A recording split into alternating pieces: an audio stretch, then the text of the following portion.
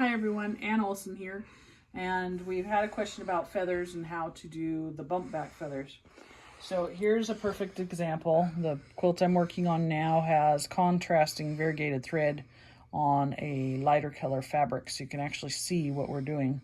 So in order to do this particular one, and it has a combination of just your regular teardrop feathers and then also the bump back feathers, which this is a bump back right here. It comes up, stops, bumps back, and then goes and creates the second feather next to it.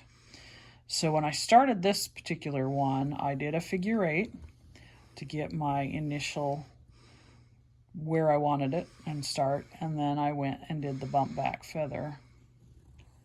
And those are great because it gets you 2 of them at once. This, I ended up doing a curl down here, and it actually is a bump back feather in a way because it bumps off and does your next feather. And then it has a spine in this one and a little circle, and come right back down to create your spine. Then I did another curl, and this curl went the opposite direction, comes to a point, and then come back down echoing along where you were on that part. Then just a single teardrop to fill that space, another teardrop, and then at that point I probably went up here and did this next bump back, bumps back, and down back to where I was. And I don't remember because I'm not quilting it, and so I think then we're on to this one, and then this one, and then a spine and a circle, and then this one is just a feather, teardrop style. This would have come up as a curl, done the curl, and then I bumped out maybe to fill that space and give a little feather there, give some interest. So that kind of gives you an idea of how to do those bump backs. And then I'll show you over here where I'm actually quilting them. And so I did the figure 8 already, and I've done a curl and then a bump back feather.